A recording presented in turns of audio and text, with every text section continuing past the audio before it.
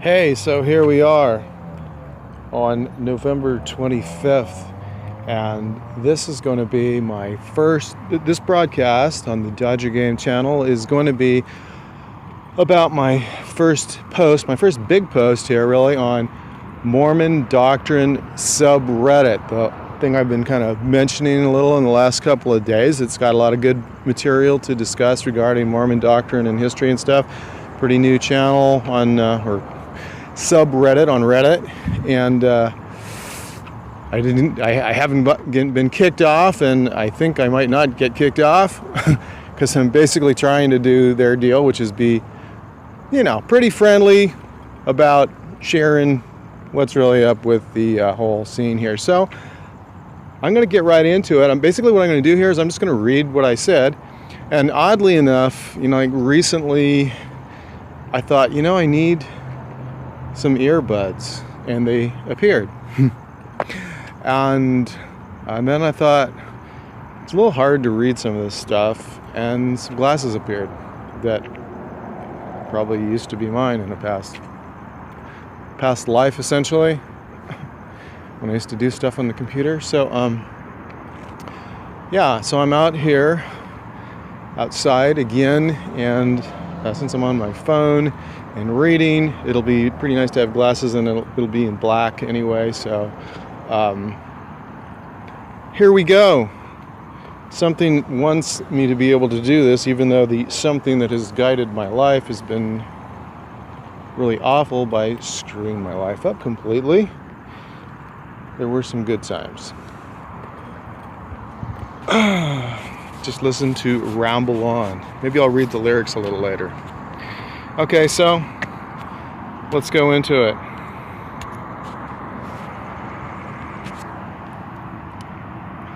I actually had to break up the post slightly into two pieces here. So here we're going vertical again. So once again, if you have the ability to triple tap through the adjustments, through accessibility or whatever, or on your adjustments on your phone, you can make this bigger and easily read. All right, so here's the title of the post. I actually had to do it in two, but I'm just going to probably go through both of them and read it because I think it's pretty good material. So I start off with a little bit of, introduction into what I'm up to here, and then get into a subject that I think is pretty good here.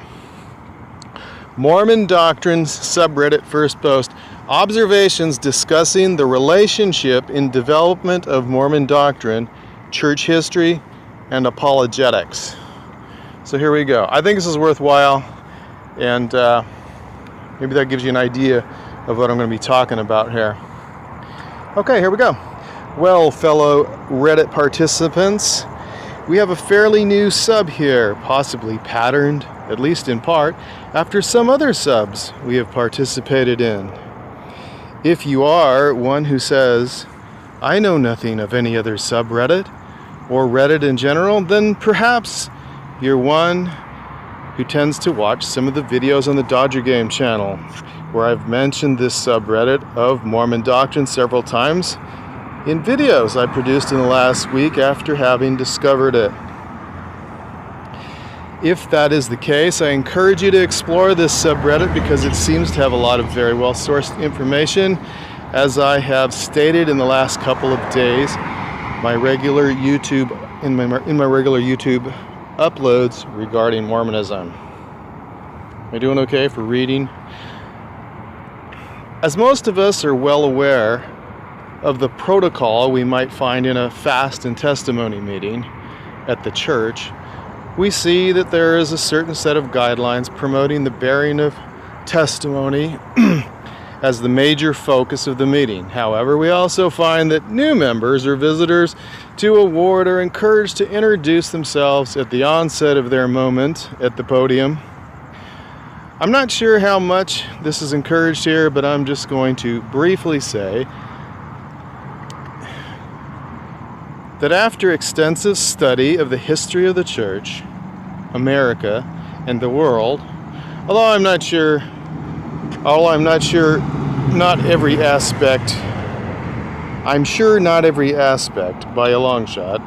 However, finding I was more apt to understand truth by locating primary source documents or as close to that as I could find in all of these areas, I've noticed that the truth tended to be quite different from what correlated materials would teach me, either within the church or within a nation or regarding world history.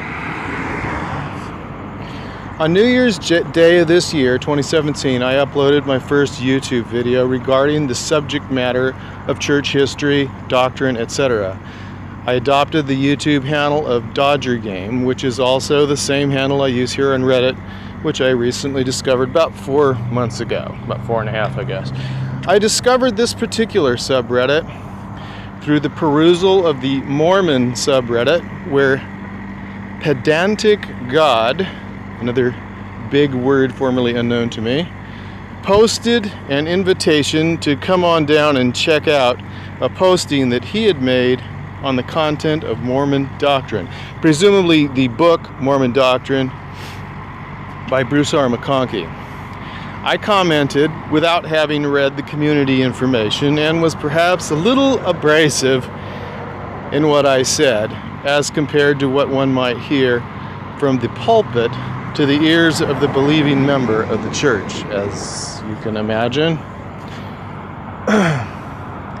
As requested, I smoothed it out a bit in certain areas which were pointed out as concerns through certain individuals interested in creating an atmosphere where all can feel welcome, if that's possible. And it may or may not be, but we're going to try. Having said that, I'll just say that I felt that there was a need to express some views and shed some light on church history and developing doctrines and practices within the LDS Church in a format that might reach some people who might not otherwise be as effectively or easily and quickly, in big letters, informed through the written word. In other words, I think you can learn a lot more on the Dodger Game channel a lot faster than trying to study things out, searching them out as I did. Although there are sites that kind of help with a lot of that. That medium was through video uploads, and so far has been pretty much on YouTube. I'm not the greatest with the written word, my grammar's not the best, and I've had extreme difficulty with text errors either from voice to text or predictive texting technologies to go along with my run-on sentence issues to start with.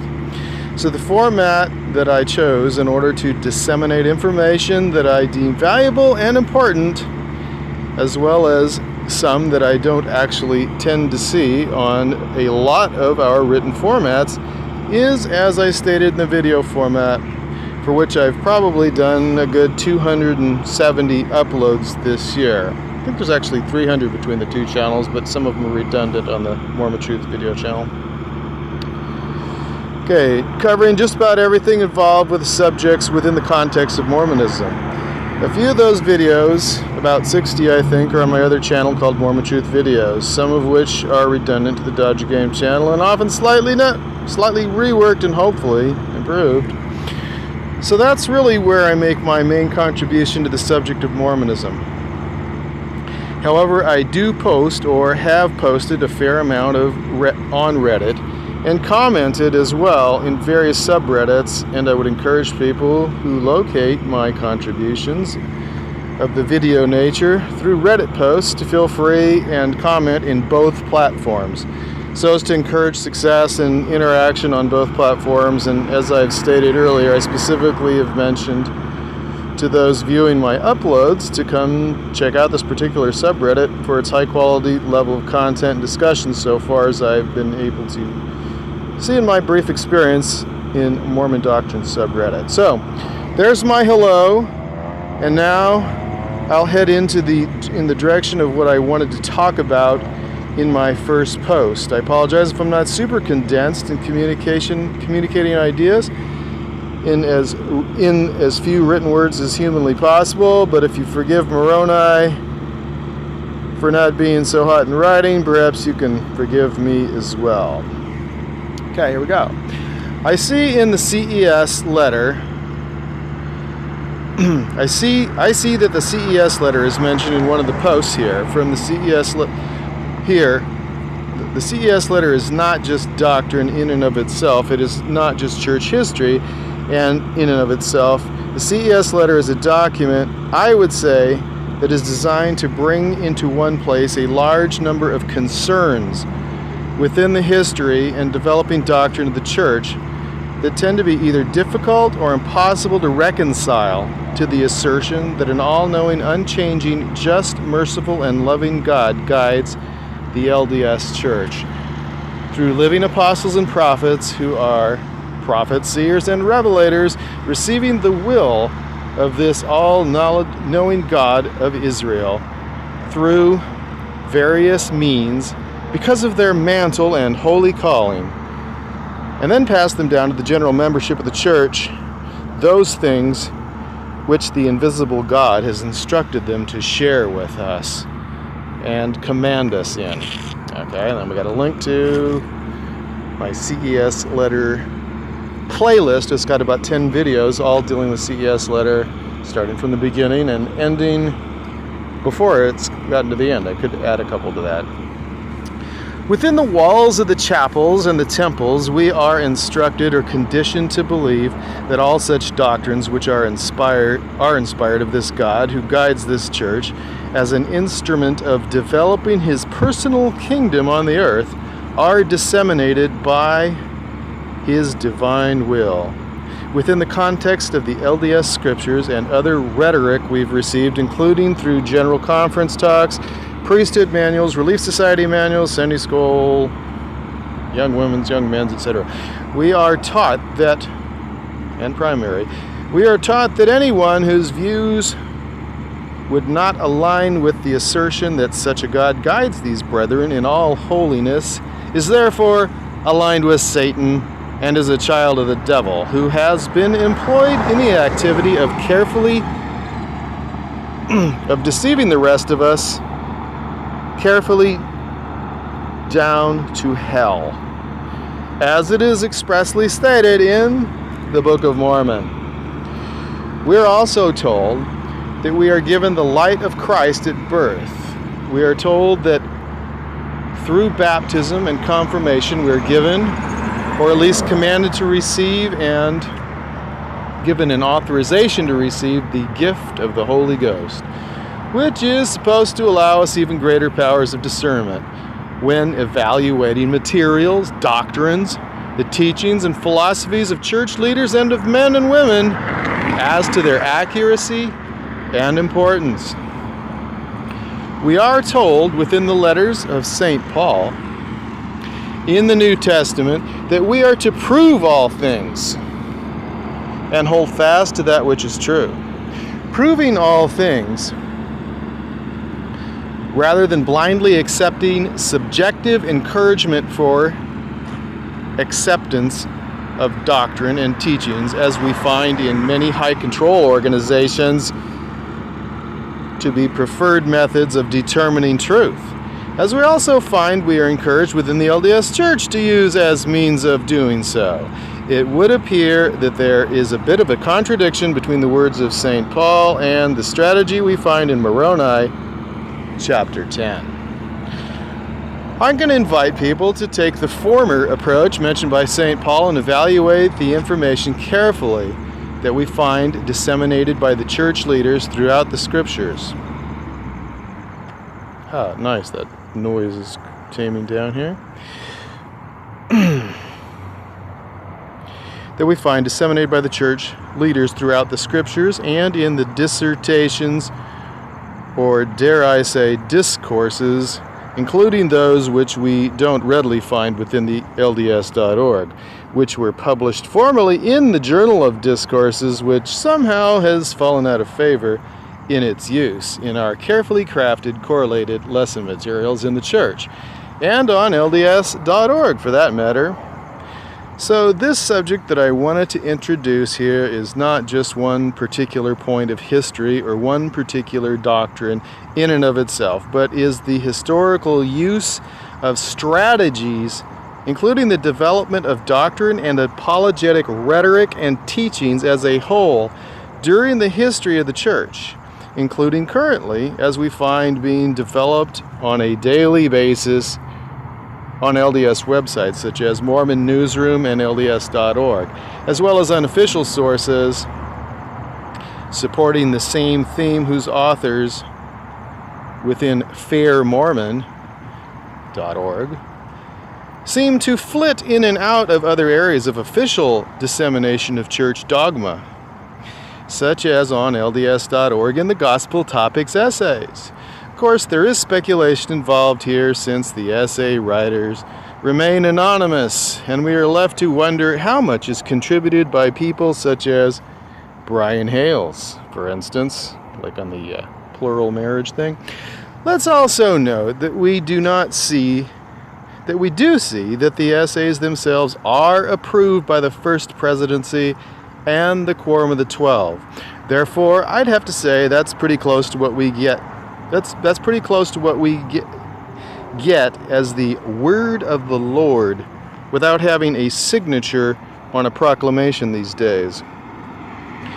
Though we have read the scriptures saying things such as, whether by mine own voice or the voice of my servants, it is the same, as we find in Doctrine and Covenants, section 1, verse 38, or in section 21 of the D&C, where we are told that we must give heed unto all his words, speaking of Joseph Smith as the prophet and president of the church, for instance. We now see different rhetoric, which basically tries to differentiate things that the apostles and prophets tell us from other things they tell us, which may be voted upon by a corporate board of directors and declared as doctrine, and somehow more valid, therefore, and more representative of the truth which Jesus Christ wishes to share with us through his prophets, seers, and revelators. A little weird there, huh? We find that this is the case when we need to explain differences or contradictions as the doctrines have changed over time, especially when compared to some of the teachings we would find given by Brigham Young, Orson Pratt, Jedediah Grant, and Heber C. Kimball, as found in the Journal of Discourses. Thus the need for apologetics to explain to us why it's okay for the unchanging God to appear to keep changing his mind. But they assure us that that's really not the case. That's not what he's doing. That we're just misunderstood because these guys just said something on their off day, even if it happened to be in the tabernacle during General Conference as the president of the church. Somehow they just weren't inspired that day, so we can discount it without discounting other things we'd like to keep that they've said. Or at least that's how someone might view it, who is considered to be less active or apostate, or in our toned-down current rhetoric, which still implies a negative connotation and therefore unworthy of the guidance of the Holy Spirit, who we now are conditioned just to label as critics. Are you a critic? I tend to call those people Mormon truthers rather than critics, because somehow telling the truth sounds a little more positive to me than saying critic, which seems to assert a negative connotation because, of course, the assumption is whatever the brethren say is truth, and anyone critical of it is, of course, following Satan and should be shunned. We, in fact, have recent conference or BYU devotional talks or the like from general authorities stating as much and telling us that we must disengage from people whose views are not faith-promoting and re-engage with the Holy Spirit, because you must have disengaged with the Holy Spirit if you're listening to people that are critics. Even if what they say appears to be sensible, it still must not be true, right? Like Dieter said. If I'm paraphrasing at all accurately, and I do happen to have that particular moment in a recent video I uploaded. I think that was one of like LDS and JW leaders or something. Or using NLP or something like that. I might have it in a couple of them, actually. I think I had that same talk as a Christofferson. BYU. Thus, I would propose that I misspelled something, voice to text, our very language and terminology are even carefully crafted so as to create desired perceptions and cause us to filter our thoughts and information accordingly, so as to promote faith and belief in the brethren and the organization which they lead. Such tactics, techniques, and attendant history are items which I tend to unabashedly share and discuss in the material that I place in public view in the various internet venues. In doing so, I want to make sure I differentiate my sharing such views with the view of people like me who have been mischaracterized deliberately in the Book of Mormon, and by such rhetoric as desiring to drag individuals down to hell through methods of deception as a servant of Satan. I know what it's like to have the finger pointed at me by associating me with a religious cult, associated with other distasteful adjectives by those who are often termed as anti-Mormons, who are often Christians, armed with information which may have been partially true and also contained stories which were not true, and mischaracterizations possibly of doctrines and practices as far as the general members were concerned, such as myself. Some of us have probably heard the story of, throwing the ravaged girls out the window of the temple into the Great Salt Lake, which is only a 40-mile throw or so. But, the kind of thing that gets people to think you're a real weirdo and is not based in reality. Thus the teachings within the Book of Mormon Thus the teachings in the Book of Mormon that have characterized non-believers or those who have ceased to believe that the proclaimed prophets are in fact truthful representatives of the unseen God are all evildoers, and then associating all such people, whether good people or not good, with those that we have an unfavorable experience with, such as those that I just mentioned, such as those that might have been mentioned in the God Maker's presentation at the local Baptist church, and then called us Mormon folk weird cult followers. So yeah, I'm trying to talk a little bit here about the power of association. So you create terminology, you create an image in your mind, in people's minds, of something that's negative.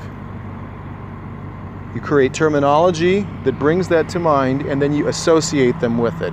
Very effective technique. So we've got so much associating negative things with anti-Mormons or apostates. Traitors and tyrants now fight him, Joseph Smith, in vain. Mingling with gods, he can plan for his brethren. Death cannot conquer the hero again. How many times have you sung that and you associate anybody who didn't think Joseph Smith was a true prophet or that he was an adulterer with being just an evil traitor? People like William Law or William McClellan, Joseph H. Jackson. He wasn't even a member of the church. But, these people, they're just bad, right? Because Joseph Smith said they're bad, so they're bad. But were they telling the truth, or were they not telling the truth? And was he telling the truth? Okay, so these are important things. Was he telling the truth when he told his wife, "Yeah, I'll cleave unto you and none else, forsaking all other women"? Was he telling the truth? Did he keep his marriage covenants? David Whitmer didn't seem to think so. Neither did Oliver Cowdery. Neither did William Law. Neither did a lot of people. And I don't suppose Emma did either. Okay, so I happen to love very much certain members of the church, and like very much many others, and feel they are wonderful people, and I'm not pointing the finger of scorn at them from the great and spacious building in a Las Vegas casino while drinking Jack Daniels and listening to Kiss, Knights in Satan's Service, the acronym might be known to some, while hoping to locate a prostitute after counting my winnings at the blackjack table or the like. And that's pretty much what we're characterized as in the Book of Mormon or any other LDS scripture if we feel that the prophets are not what they claim to be. It's just because we're prideful, wicked, we want to sin and and we're headed straight to the great and spacious building. Reminds me of a talk given by Hiram Smith, not Joseph Smith's brother, who gave a talk on that, and he said it was Kiss that was playing. So he knew what he was talking about there, those knights in Satan's service in the great and spacious building. But it was a casino owned by Donald J. Trump, probably. Yeah. Where Mitt Romney was happy to go and receive Donald Trump's endorsement a few years back, but now he's too good for that. I'd, however, want to point out how very effective it is when members who are in leadership of various organizations manage to successfully associate dissenters with unsavory images, like I was just saying. They have already established in their minds, such as I just described. Indeed, our very language is riddled with terminology that is designed to create the desired effects for those who benefit from the manipulation of most of the population. Did you get that? Within various societies and organizations, such as certain churches, who tend to utilize the strategies very effectively in maintaining of subservient tithing membership bases. How's that? Hopefully nothing bad going on with that screaming over there? No. So now I'm going to run through a series of events or themes in doctrine and apologia, in church history basically, which I would propose contribute to the formation of an organization which benefits both stockholding shareholders and leadership executives within said corporate empire, built upon the primary foundation of an ecclesiastical organization promoting a belief system that effectively sells a ticket to heaven based upon obedience to the edicts given by those proclaiming themselves to be divinely appointed agents of the God whom they promote as the ultimate head of the organization. I actually wrote this. Is it pretty good? So, considering what I've said so far, I hope that those of you who view this, who are at this point considering yourselves true, believing, faithful members of the Church of Jesus Christ of Latter-day Saints, just another term there, faithful, you're faithful in the church, or you're unfaithful, you don't believe, so you're unfaithful. That's like being an unfaithful marriage partner, you're a scumbag adulterer, right? These associations work just wonderfully. They maximize on using that kind of terminology. Faithful members, faithful Latter-day Saints will rely on the witness of the Spirit. Latter-day Saints, please don't choose to take personal offense or feel that I am being disrespectful of you while sharing my viewpoint and subsequently submitting what I consider to be evidence supporting said viewpoint. In other words, this isn't about denigrating members of the church other than those that I feel are guilty of knowing what they're doing in harming others.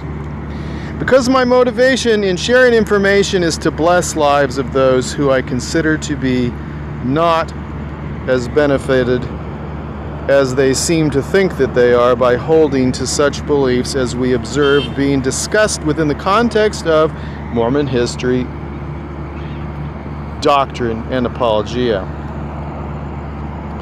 I realize this isn't super quick, but this isn't a Facebook post for people to say, hey, I like your new sweater.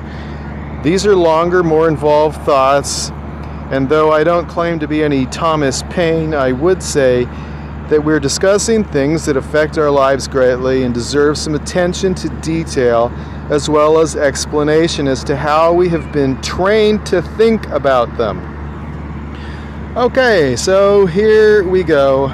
A little LDS history, doctrine and apologia development from a perspective that is not promoting what we are told in the Doctrine and Covenants section 1 in this case, meaning it's coming from Jesus guiding the church. So Joseph Smith, so we're starting here with a little church history here. I'm going to be pretty brief in it, sort of, for me, but here we go. And we're going to see how this theme works with developing doctrines and apologia and so forth to manipulate us. Basically, so Joseph Smith, a known practitioner of the magical arts of seership, utilizing magical stones which have been consecrated or dedicated through magical protocol for a particular use in perceiving things otherwise not detectable to the natural eye, caused it to be made known to those in his local area, including other practitioners of the magical arts, misspelled, involved in treasure hunting through seership, or as participants in locating said treasure through the manual labor they exerted in parties led by people such as and including Joseph Smith Jr. and other members of his family, that he, Joseph Smith, had been guided through the unseen world to locate certain golden plates in the hill he called Cumorah. So Joseph Smith put the word out that he'd been guided to locate the golden plates in the hill he called Cumorah, conveniently located near his home, and named according to information he said was contained within the golden plates, which he in turn said were the record of an ancient people, some of whom were the direct ancestors of those people called the American Indians, thus explaining the presence of people now referred to in politically correct circles as Native Americans. The dissemination of this information created a degree of anticipation for its later publication as a claimed translation of these asserted ancestors of the American Indians, which he published as the Book of Mormon in March of 1830. The Book of Mormon served as a fantastic tool and sales prop in the effort of proselytizing new members to a church which he founded the next month in April, called the Church of Christ, which he claimed to be God's restoration of his divine kingdom upon the earth, and using the Book of Mormon as evidence that he was God's appointed prophet. The Book of Mormon, as we know, presented answers, arguments, and commentary addressing contemporary concerns and questions of the day in his area. As mentioned, the Book of Mormon explains how the American Indians got on the American continent in a way which was faith-promoting to the narrative found in the Book of Genesis, promoting Judaism, Christianity, and falling into line with the theme of manifest destiny doctrine being widely taught to the inhabitants of the new country called the United States of America. In fact, the Book of Mormon carefully weaves these themes in so well that we find that the United States of America in this manifest destiny doctrine was actually being created that the United States in this doctrine we find is being created by the hand of the Lord in the Book of Mormon, in order to prepare the way for Joseph Smith to be his instrument in restoring the true church and kingdom upon the earth. I'd have to say that a rather masterful job was done in weaving various topics together so well as to promote beliefs which have a synergistic effect in promoting Joseph Smith as God's chosen restorer of the kingdom of God on earth in America, the chosen and promised land, and doing so in a way that also retains the land of Israel as a gathering place for the tribe of Judah as a chosen and promised land. Additionally, we find Joseph Smith further strengthens this global kingdom belief system by sending out Orson Hyde,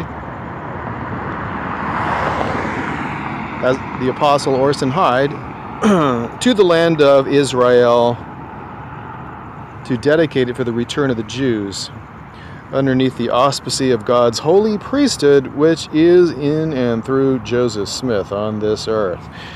The Book of Mormon and the Book of Moses as far as the Joseph Smith translation is concerned, where we find in chapter 5, the Pearl of Great Price, oh boy.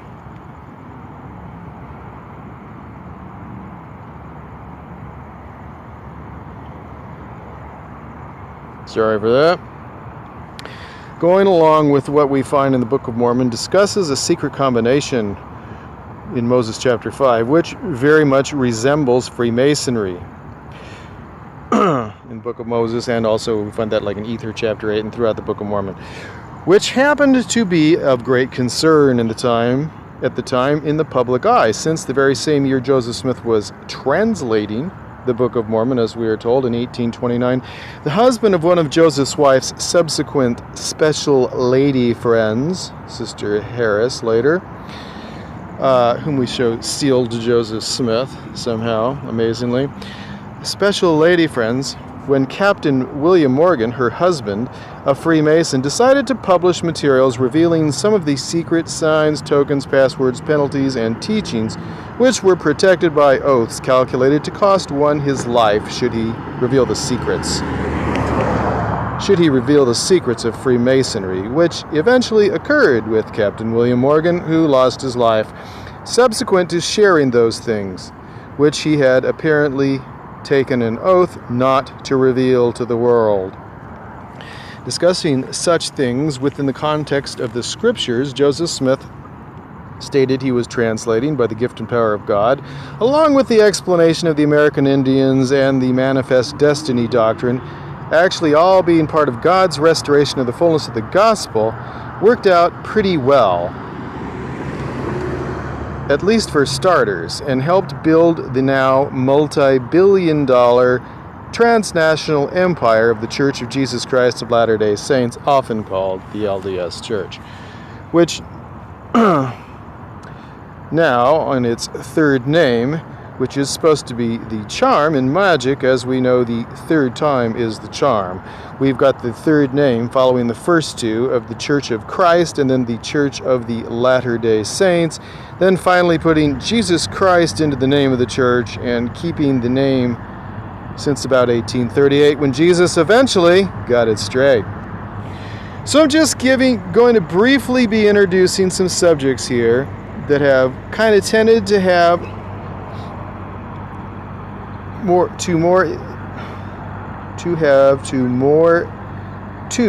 eventually explode in these latter days, misspelled too, and sometimes find themselves located in heated discussion in church apologia, including also the disguised apologia that we find what are called the Gospel Topics essays on the church's website called LDS.org, where we are told that said essays were actually written as straightforward informational pieces for us, drawing from multiple sources and implying, of course, that they were therefore fair and balanced, if I dare use language associated with 666 Fox News. As stated earlier, said essays are stated to be approved by the Quorum of the 12 in the First Presidency within the Gospel Topics Essays preface on the church's own website.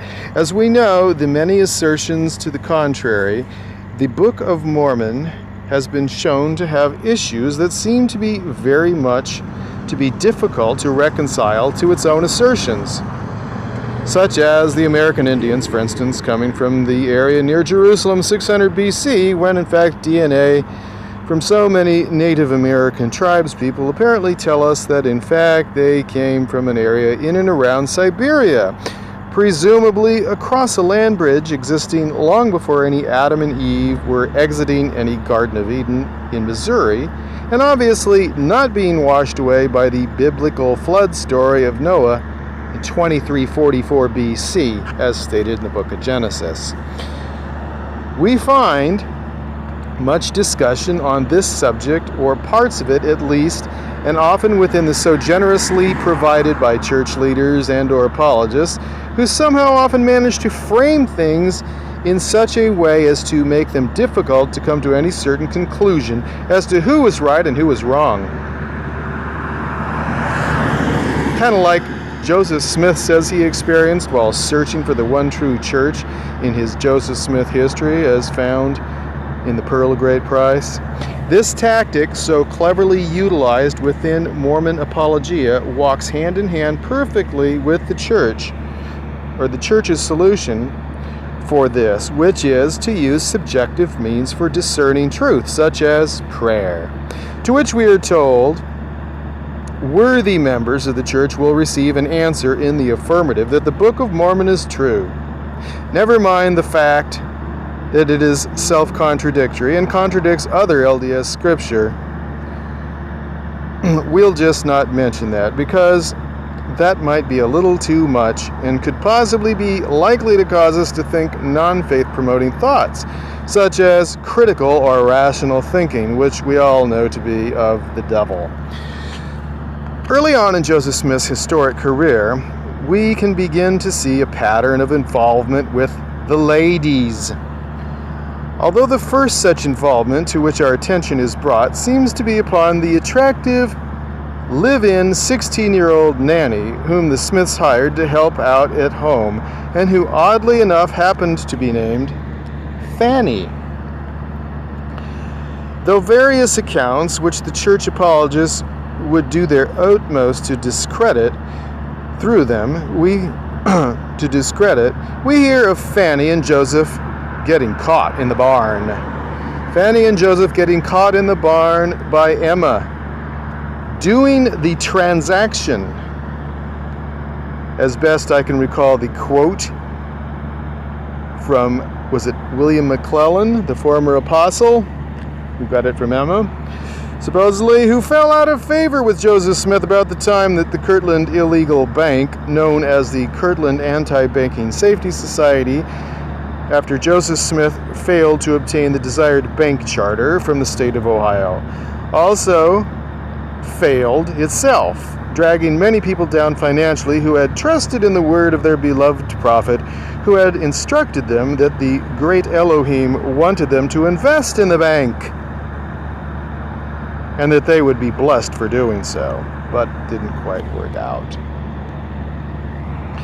Various charges were brought against Joseph Smith and Sidney Rigdon, which can be read about most likely within this Mormon Doctrine subreddit, whether they have yet been posted or not, and where I would expect to find excellent resource material linked to by whoever posts it, since that's what I've noticed so far in my sojourn on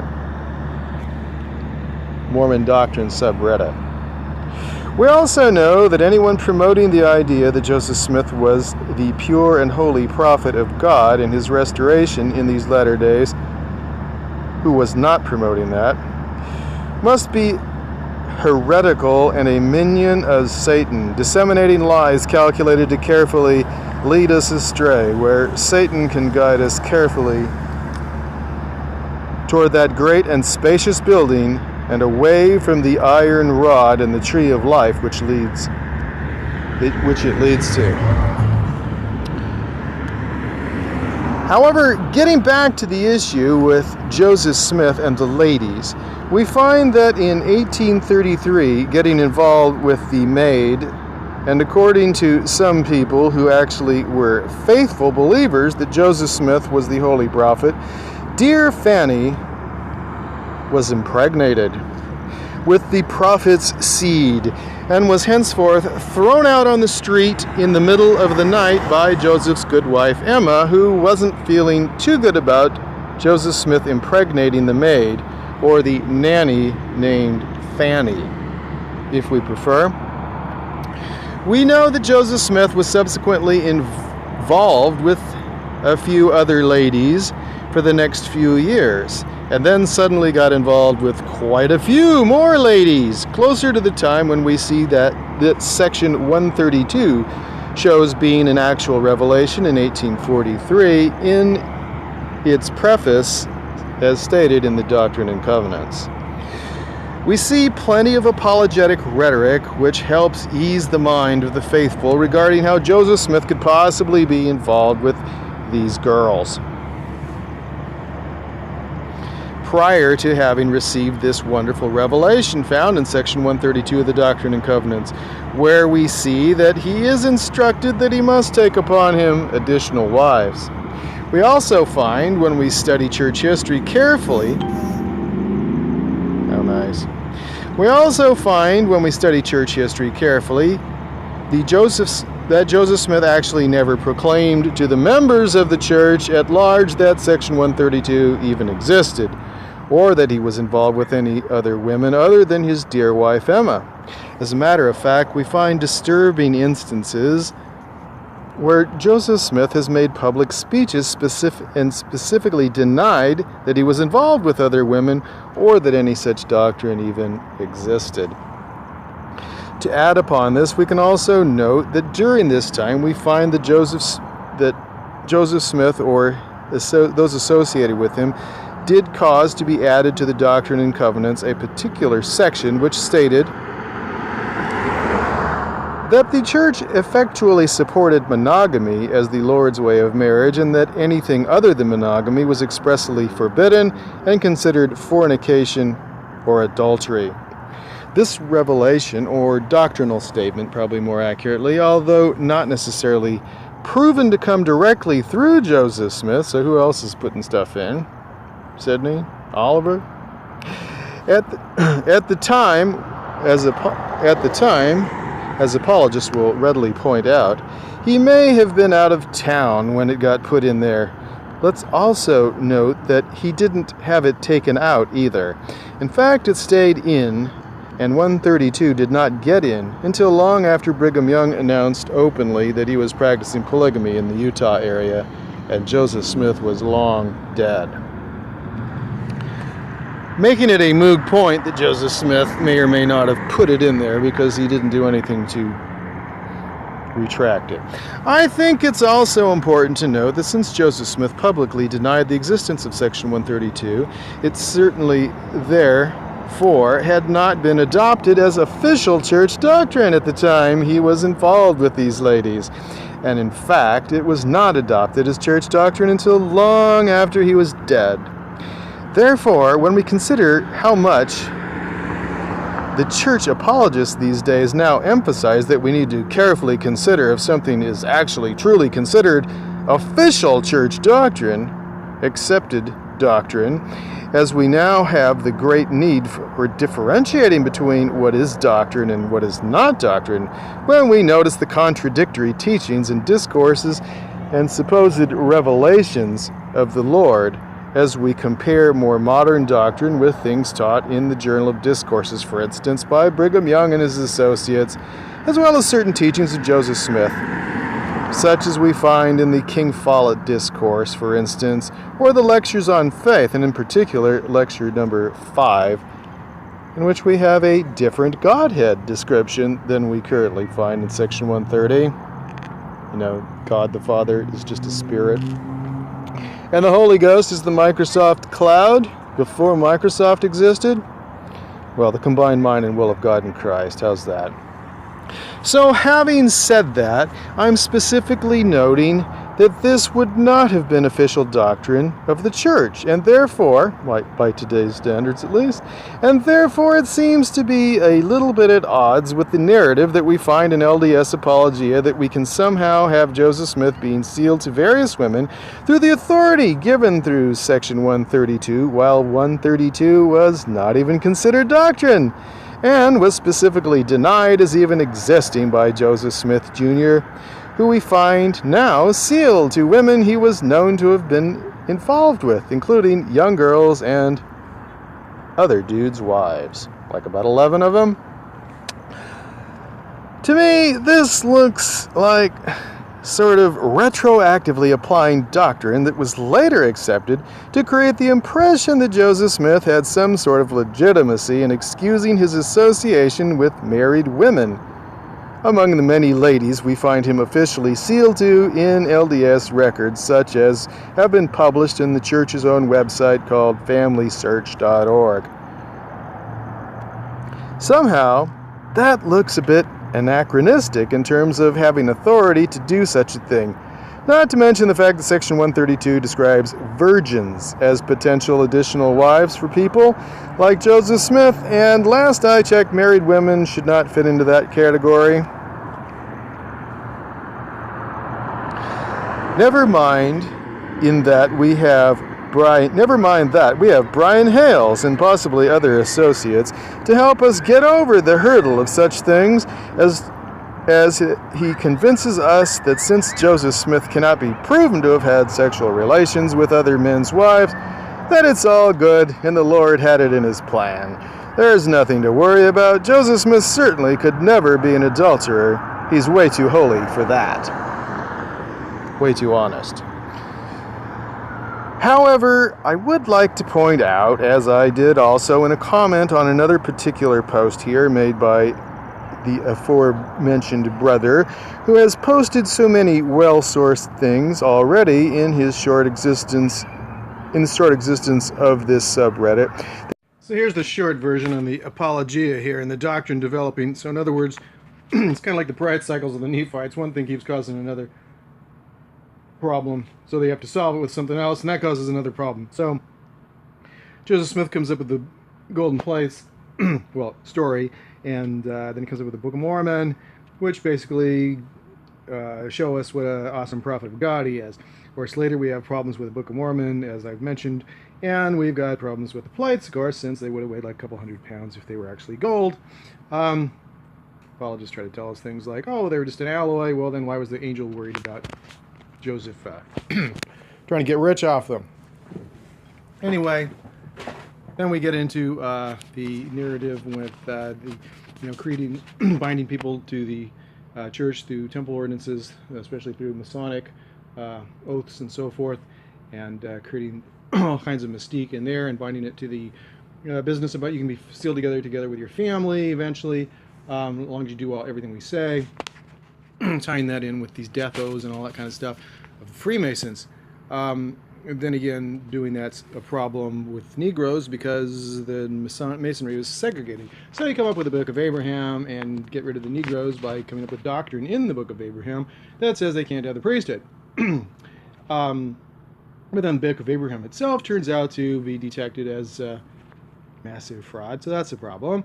And also the doctrine on the Negroes turns out to be a politically charged problem in later years. So all these things come back to haunt the church. And of course, Joseph Smith's the thing with the women, just, you try to find a way to cover that. And all these things wind up in the Gospel Topics essays because they're all problematic. You try to rob Peter to pay Paul or vice versa, and it's just one problem after another. So here's Jesus just trying to figure it all out. And back to the details, huh? So therefore, all of these creating of problems or creating of solutions to create Joseph Smith as the solution and prove that he is God's anointed prophet, each aspect of this history that we've gone over creates additional problems as they are each shown to be fraudulent. Thus the need for apologists to find ways to confuse us into believing we just can't figure it out. We need to pray about it. So we've got our guys like Hugh Nibley and Dan Peterson and Brian Hales and Scott Gordon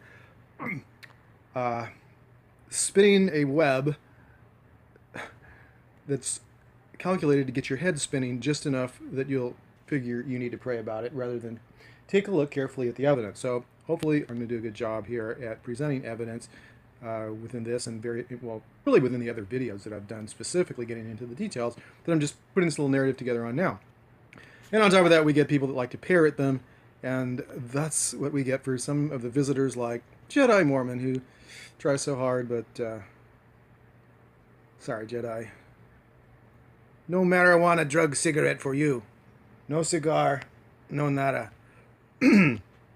Just farm animal sounds is about as good as you can come up with. And then we've got guys like Paul Gregerson, who just reinvents the Book of Abraham as his new revelation. He is the new Denver snuffer of the Book of Abraham. So unfortunately, it doesn't really help the fact that we've got a book filled with anachronisms and other factual errors which an all-knowing God wouldn't put in there. So that's Mormonism in a nutshell. That's apologia, doctrine, and their relationship interwoven to the point where men of many words speak much flattery unto us to help justify the big love of Joe Smith and his successors. Okay, ran out of room there. The phone memory. Since I can't live broadcast, thanks to we know what, I'm just going to go ahead and get back into it.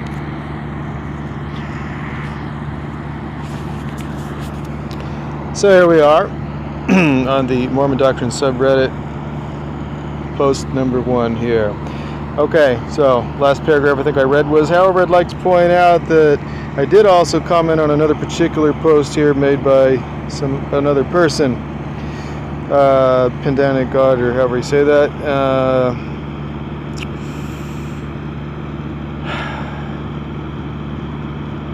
That in my view, we have major conflict again here covering for Joseph Smith's activities in this apologetic rhetoric regarding his activities with the ladies. The observation that I made tends to simplify things a bit as far as I see it.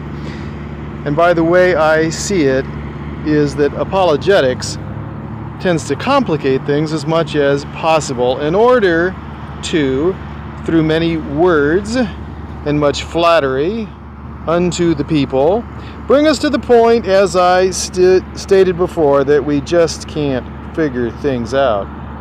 We do see later that Brigham Young actually did practice polygamy openly, as did many of his associates within the leadership of the church. That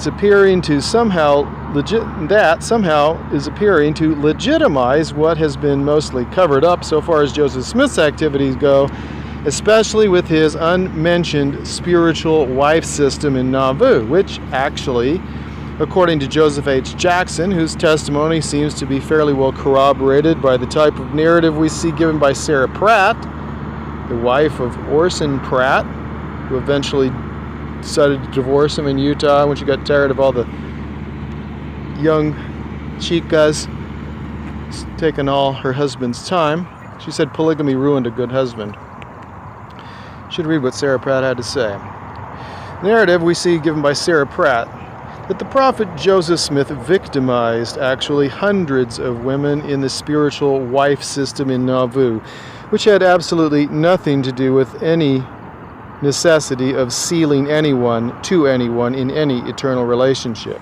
According to Sarah Pratt, that sealing business was something Joseph Smith brought into later to convince some of his hard-to-get women who didn't give in quickly to the Hosea chapter 3 doctrine, which he used to entice the ladies into bed with him, along with the help of Sister Durfee and some others, I suppose. The rather simple point I brought out, which I would like to also bring out here, is that Joseph Smith stated in the Articles of Faith that we believe in being subject to various governing authorities, which he named, including kings, presidents, etc., and in honoring, obeying, and sustaining the law. In keeping with honoring, obeying, and sustaining the law, etc., including the contract law and laws concerning adultery, we also take a look at section 132, which we've already mentioned, was not official doctrine, but it does happen to mention that such contracts entered into, such as we might term Gentile marriages, or in other words, marriages that were not sealed by the Holy Spirit of promise by him who was anointed and appointed unto this authority, or in other words, temple marriage, still, according to section 132, were valid and binding until the end of mortal life. I pointed out in my comment that Joseph Smith and the other brethren had no doubt entered into a covenant and a legally binding contract which specifically tended to contain terminology describing the relationship to be one of mutual exclusivity as to marital relations. In other words, containing language such as Do you, Joseph Smith, Jr., take this woman to be your legally and lawfully wedded wife to have and hold, forsaking all others, and cleave unto her alone, or to her and none else? Yeah, describing specifically monogamy. These are legally binding terms of a contract which Joseph Smith would have been in violation of had he ever taken upon him any other wives. Also, we would find this to be the case with any other of the brethren who took additional wives while currently married to a woman with whom they had made these sacred covenants and legally binding contractual agreements containing specific terms of the contract stating that they were to be involved on a marital basis with their wives with whom they contracted on a completely exclusive basis, not in an open marriage, not with polygamy or anything of the sort. Those things would constitute very clearly adultery, which, by the way, happened to be a punishable crime,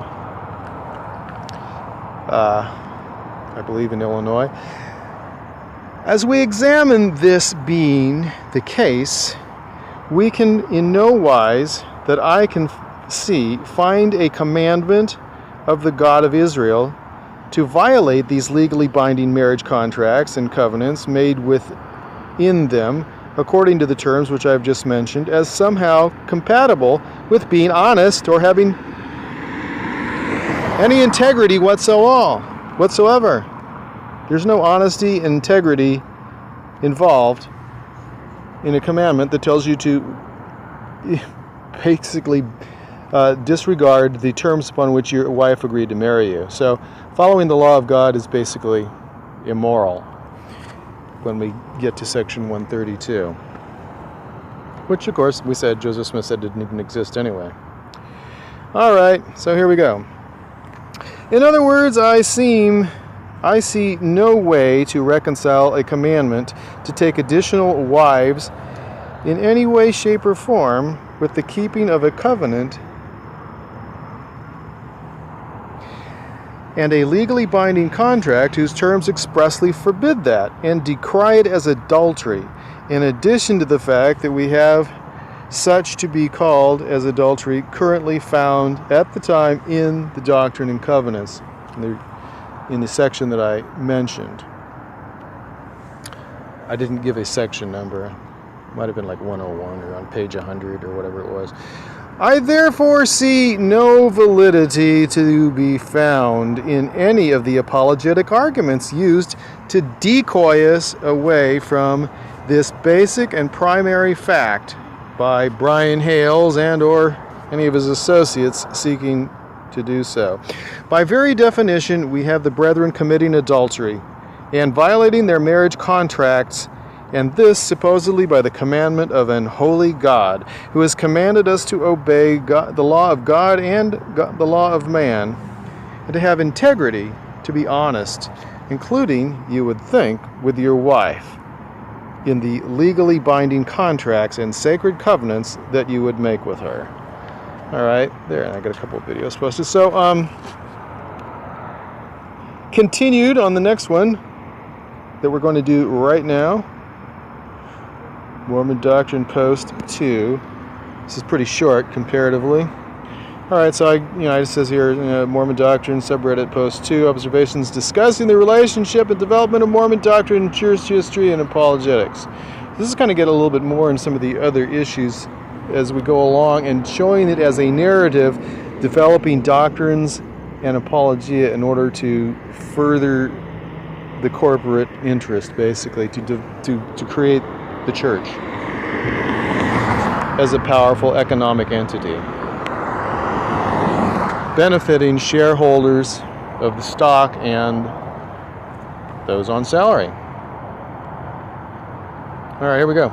I therefore see no validity to be found in any of the apologetic arguments. Did I repeat just a little tiny bit here? Used to decoy us by Brian Hales. All right, there's the definition of adultery being fulfilled by the brethren in their immorality. At this point, I think I'll maybe just mention one other thing, and maybe not get into a great deal of detail because this is getting a bit long even by my standards, say I. I would like to see this point discussed and perhaps dwelt upon more deeply in other areas, and I've produced videos relating to it, as I have the others as well, the other issues. This gets kind of long and intermingled with several subjects which we find addressed individually in apologetics because they individually are taken note of as presenting problematic issues so far as trying to reconcile certain developments in the LDS history to the assertion that an all-knowing, unchanging, super wonderful God guides the Church through these mostly wonderful brethren, whom we are now told are just human beings, so we need to cut them some slack. They can have super authority, but they don't have to be super accountable. I would propose that it was considered an important and useful in binding members to the organization, as it still is in developing what is known as the LDS endowment, which we find in all of its evolved form being carried out within the temples worldwide. Joseph Smith's family members and associates in certain cases were found to be members of a secretive society mentioned earlier as Freemasonry. The nature of secretive and secret societies often finds ways of binding people to the organization through certain procedures, and in this case, such as rituals containing signs, tokens, passwords, keywords, and very importantly, penalties, which include death. As described within such penalties are rather gruesome manners, as we are able to become aware if we view what were the terms of such penalties administered or at least taken as far as oaths within Freemasonry, and found also within the LDS Church prior to the changes made in the endowment April of 1990 or thereabouts. I'm not going to get into the specifics of things where secrecy has been sworn in this post, nor do I tend to do that in the video presentations that I make on the subject of Mormonism, the temple ordinances, and related subject matter, partially out of respect for the feelings and beliefs of those bound to such oaths associated with covenants they consider to be sacred. What I want to briefly state here is a sequence of things which have occurred, along with a bit of my view on how they are interrelated and suggest possibly investigating more deeply these subjects, which I happen to elaborate my views upon in certain videos I've uploaded regarding LDS temple ritual, Freemasonry, Luciferian doctrine, and the Book of Abraham, and the doctrines concerning restriction of the priesthood and temple ordinances to those who were named as Canaanites or the seed of Cain, and commonly identified as African Negroes.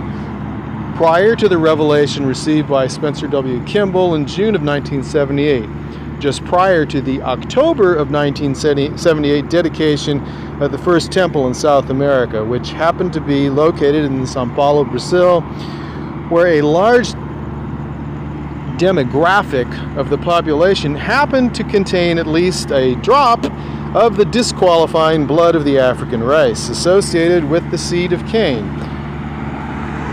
which could not receive the priesthood, therefore disabling all of these people from temple participation, including officiating and assisting in the temple, and thereby not being able to facilitate the actual functioning of the temple, with all of South America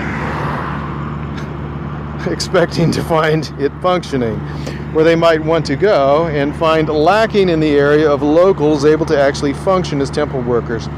Fortunately, Spencer got up a revelation just in time.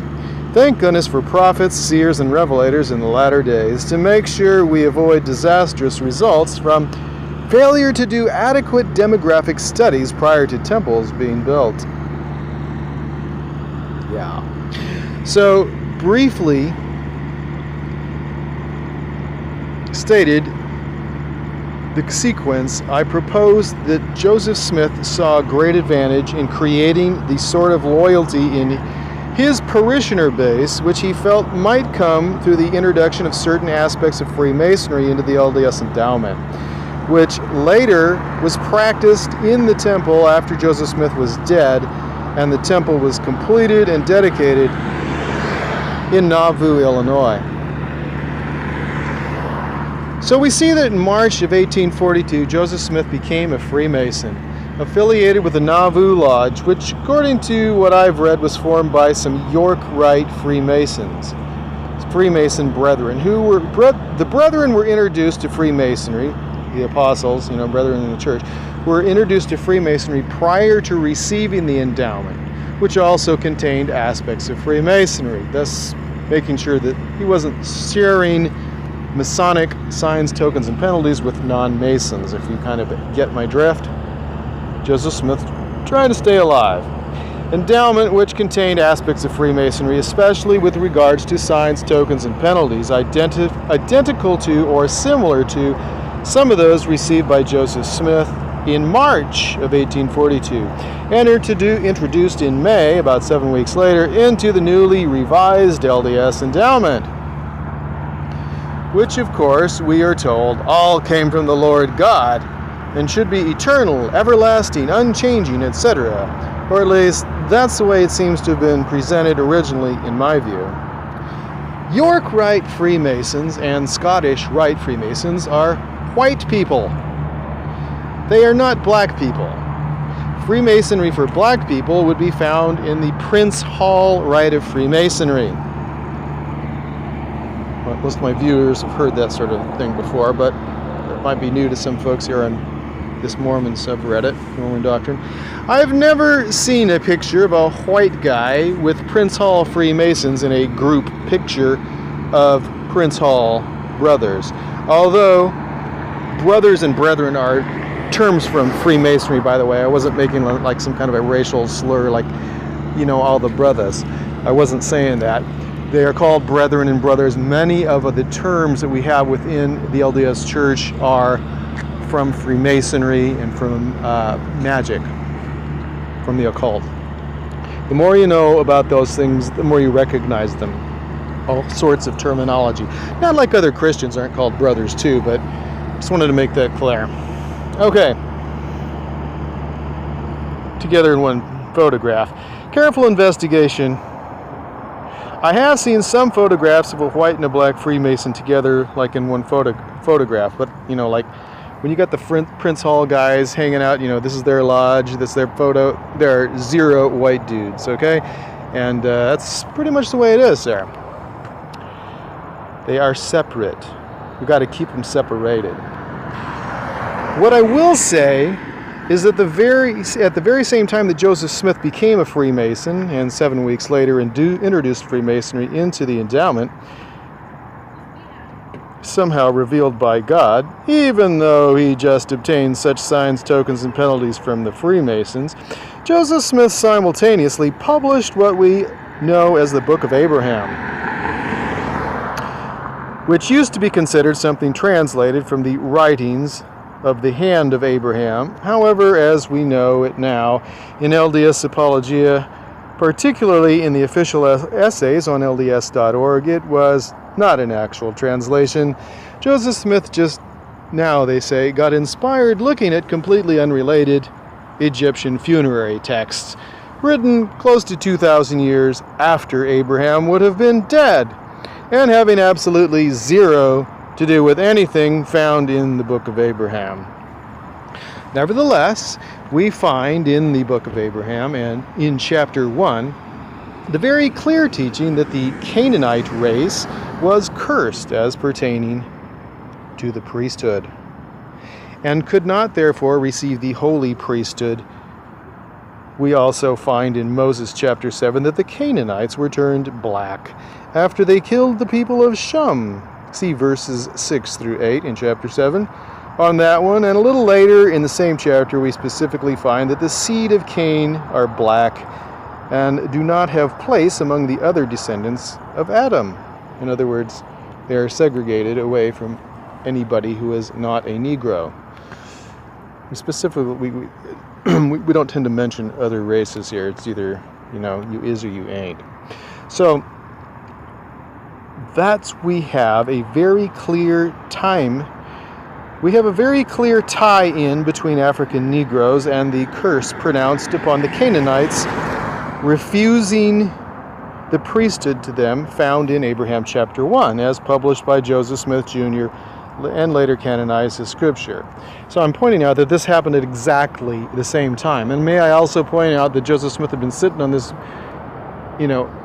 Book of Abraham translation for 7 years, and then suddenly came up with it, and it was about 2 days' work, according to what he would have kept pace with if he actually did the Book of Mormon in like 65 to 90 days or whatever, like we are told. It should have taken him only a couple of days, doing like 7 pages a day. Book of Abraham's like around a dozen pages or something, a little more than that maybe. So he sits on it for all that time, and then he whips it out, and it's got this conveniently printed doctrine that promotes segregation, which would save his life for a while probably, not offending the Freemasons further by mixing whites and blacks, which was strictly forbidden. This doctrine would seem to be a divine edict and a declaration that certainly Negroes could not have the priesthood, and therefore would be rather conveniently ineligible for the temple ordinances and participation in the Masonic rituals to be practiced within the LDS newly revised temple endowment, wherein otherwise we might have the very big problem of mixing whites and blacks in Freemasonic ritual, where Freemasonry strictly practiced segregation. So we throw Brigham under the bus, basically, and we're willing to call church leaders racist and all that sort of a thing in order to keep the focus away from Freemasonry. Okay. At least that's the way I see it. So we find Joseph Smith doing things that seem to help build Mormonism. Oh, did I miss something there? It seems to me that Joseph Smith had enough problems in his life and may not have needed to further aggravate the Freemasons, whose signs, tokens, and penalties he was already borrowing, stealing, or whatever other euphemism you would like to apply to it, to incorporate them into the LDS temple endowment. So we find Joseph Smith doing things that seem to help build Mormonism and build loyalty to the organization through the temple endowment and its employment of Masonic elements that are particularly binding and promote secrecy under the mantle of being sacred in Mormonism, which have continued until this day. Certain aspects which have been deleted, such as the deletion of the penalties which were formerly pantomimed in all their gruesome, suggestive manner, like slitting your throat or plucking out your heart or things like that. We also find that the Book of Abraham, which was created at the same time, so ironically, and provided the fuel and excuse to make sure we did not violate the segregation rules of Freemasonry in temple ritual by mixing blacks and whites, together also found itself to become a problem. The Book of Abraham became a problem when it was discovered not to be what it was said to be according to the original declaration that we had. Egyptian being translated by Joseph Smith, and finding it was actually not the case. Not to mention the rest of the problems with the Book of Abraham, which are probably very well handled within other posts.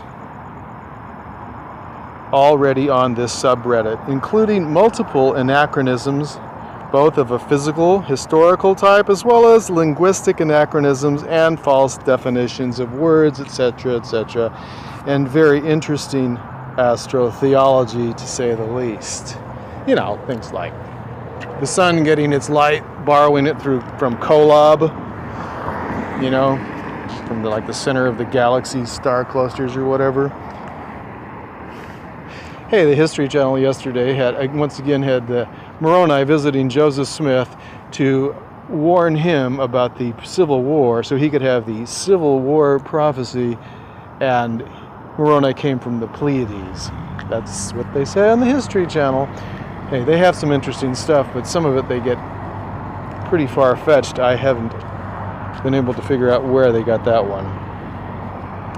I recommend taking a serious look at some of those subjects posted in this subreddit regarding the Book of Abraham, and also recommend the videos I've produced that discuss the Book of Abraham, including those anachronisms and other problematic issues with the content, on top of the fact that we've got the whole Egyptian translation narrative being completely false, which is also discussed in the LDS Gospel Topic Essay on that matter. And I feel that the comparison of what the apologists had to say and what other people have to say, such as me in the videos, for instance, I've done, or such people like Jeremy Reynolds might have done in the CES letter, are very worthwhile taking a look at and seriously considering the discrepancies we may find within the narrative that an all-knowing, unchanging God guided Joseph Smith as the prophet, seer, and revelator, restoring the fullness of the everlasting gospel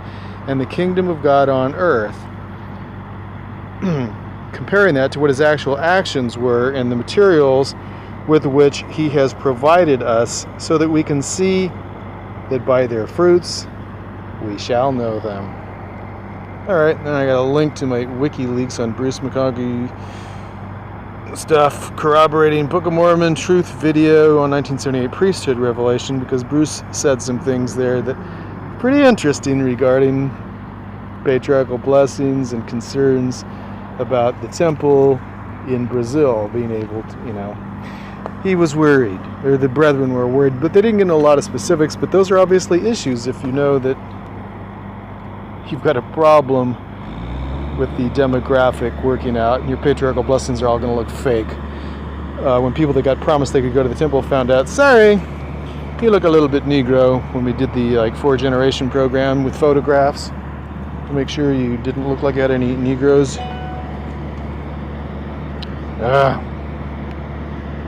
Get out of here. In your upline. Okay, so here we go. We know that this has been a politically charged issue, and of course the fact that it became a major problem, or would have been a disaster for public relations for the church, had the Sao Paulo, I screwed that up, temple completely failed to be operable because of all the white Negroes in the area who could not otherwise participate and function in the temple, or as temple workers. Not to mention how angry many Brazilians may have been, and disappointed they may have been in how many patriarchal blessings given to people who appeared to be lacking the blood of Cain, and later found to be suspect of being white Negroes, and therefore unable to participate in the temple. That might have caused the church quite a bit of trouble, but like I said, fortunately the Lord revealed it to Spencer W. Kimball that he had changed his mind about what he told Brigham Young on when the Canaanites could actually receive the priesthood, like in the millennium, which is what got Bruce McConkie in trouble for stating in his book. And in the other one I commented that didn't seem to bother him much until they got the revelation. Then they were ticked at him. How dare you talk about this?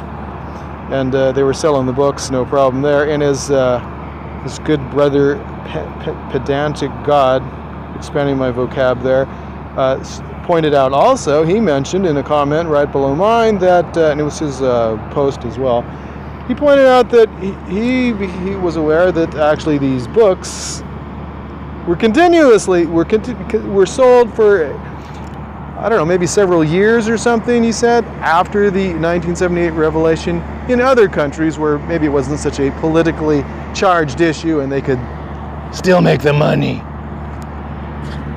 He didn't say still make the money, but I'm thinking that pretty much goes along with what we're saying. Okay. I feel that some of the things that I've discussed regarding that are things that I haven't seen much of. Some of the things in my videos I haven't seen a whole lot of in the arguments that are framed carefully by the church apologists and leaders, and into which many of us tend to fall as we allow ourselves to be baited by them to argue points that are sometimes more difficult to come to a conclusion on as to who's honest and who is not. In other words, I'm saying that the church apologists and brethren frame the arguments and people are suckered into them. Okay, so in other words, we've got a real simple solve here for the polygamy thing, all right? It's adultery, he broke his covenants, God had to tell him, if he says God made me do it, God told him to have no integrity and break his covenants. So God doesn't give a crap about women, but then, did he ever? Not according to what I've read in the Bible. It is therefore my assertion that the definition given of the bad boys in the Book of Mormon, who might have been called a man of many words who spoke much flattery to the people, might more accurately describe certain individuals associated with LDS apologetics, who indeed do speak many words and have complicated the issues, so much that we can often find it to be much more simply solved in the manner which I have just submitted, as pertaining to such subjects such as breaking our marriage covenants by the commandment of God, or what was really involved with the development of certain scriptures, doctrines, and apologia, which justified certain doctrines, such as the fence-sitting doctrine, which justified God's curse upon these people, which would essentially be penalized otherwise for the deeds of Cain, which doesn't really go along too well with the doctrine taught in the Articles of Faith, where we find that we are not supposed to be held accountable for Adam's transgression, but only for our own. Despite, of course, the fact that the Apostle Paul basically teaches that women are essentially to blame or held accountable because of Eve screwing up in the Garden of Eden, so they just need to shut up, lay down, and make babies. As we find in 1 Timothy, where the women are basically told that. Let's face it, I'm pretty sure I heard something very similar to that business about being saved by childbearing or in childbearing right in the good old temple endowment. I don't know if it still says that in there, but that's what we've got. The women will be saved in childbearing because, Eve screwed up, so Eve's transgression is upon all you women, even though Article of Faith says that we're not accountable for Adam's. So anyway, they wanted to at least, give the Negro people the benefit of the Article of Faith doctrine there, so they made up a reason why they actually deserved it. They were fence sitters, not getting involved in the great debate about free agency so that 99% of us could go to hell, and Lucifer's plan to save us all was bad, and everybody that supported it was immediately cast into outer darkness. Okay, so Negroes didn't get involved enough in the debate, so they were cursed. That justified it. That means God's still fair, except for women who just basically don't count. That's why women didn't get the priesthood when the Negroes did. Because, sorry girls, you're not quite there yet. And when we heard Larry King interviewing Gordon B. Hinckley about those two issues after he talked about the blacks thing, and Gordon B. Hinckley just said, we're past that, That's the way they interpret it. When he said, well, what about the women? Then instead of, we're past that, or that's the way he interpreted it, he said, no, it was the revelation of the Lord. That's the way God set it forth. So, as I compared that to what we've got on the subjects, I really didn't see how we had to come up with what Gordon B. Hinckley said there based on that. Oh well. The PR prophet. Well, there you have it. what a people have to say, I would figure we should have some pretty good discussion here. And I will throw in a few links, and hopefully that will be considered appropriate and not too self-promotional, even though it's not myself that I promote by using the format of YouTube I feel more comfortable with, and have never at any point done anything to monetize anything. So I don't think that this is, anyway, I'm saying, I don't think I'm violating your rules, and it's not all about self-promotion.